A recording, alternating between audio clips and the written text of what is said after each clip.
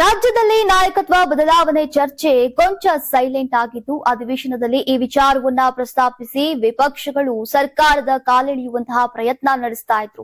ಆದರೆ ಸಿಎಂ ಸಿದ್ದರಾಮಯ್ಯ ಮತ್ತು DCM DK Shivakumar ಅವರು ಎಚ್ಚರಿಕೆಯ ಹೆಜ್ಜೆಯನ್ನ ಇಟ್ಕೊಂಡು ಒತ್ತಡಿಸ್ತಾ ಇದ್ರು. ಇದೀಗ ಅಧಿವೇಶನ ಮುಕ್ತಾಯಗೊಂಡ ಬೆನ್ನಲ್ಲೇ ಮತ್ತೆ ನಾಯಕತ್ವ ಬದಲಾವಣೆ ಚರ್ಚೆ ಶುರುವಾಗಿದೆ.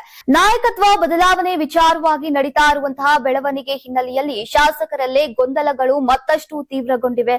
ಇದಕ್ಕೆ ಪರಿಹಾರ ಕಂಡುಕೊಳ್ಳುವ ನಿಟ್ಟಿನಲ್ಲಿ ಹೈಕಮಾಂಡ್ ಏನು ಕ್ರಮ ಕೈಗೊಳ್ಳಲಿದೆ ಎಂಬ ಕುತೂಹಲ ಕೂಡ ಇದೀಗ ಕೆರಳಿಸಿದೆ.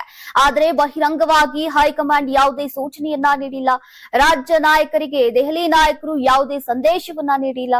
ಇನ್ನು ಸಿಎಂ ಸಿದ್ದರಾಮಯ್ಯ ಅವರು ಬಜೆಟ್ ಸಿದ್ಧತೆಯಲ್ಲಿ ತೊಡಗಿಸಿಕೊಂಡಿದ್ದಾರೆ. ವಿವಿಧ ಇಲಾಖೆಗಳ ಸಚಿವರ ಜೊತೆಗೆ ಬಜೆಟ್ ಪೂರ್ವಭಾವಿ ಚರ್ಚೆಗಳು ನಡೀತಾ ಇವೆ. ಈ ಮೂಲಕ ಬಜೆಟ್ ಅಧಿವೇಶನದವರೆಗೆ ಯಾವುದೇ ಬದಲಾವಣೆ ಇಲ್ಲ ಅನ್ನುವುದು ಬಹುತೇಕ ಖಚಿತವಾಗಿದೆ.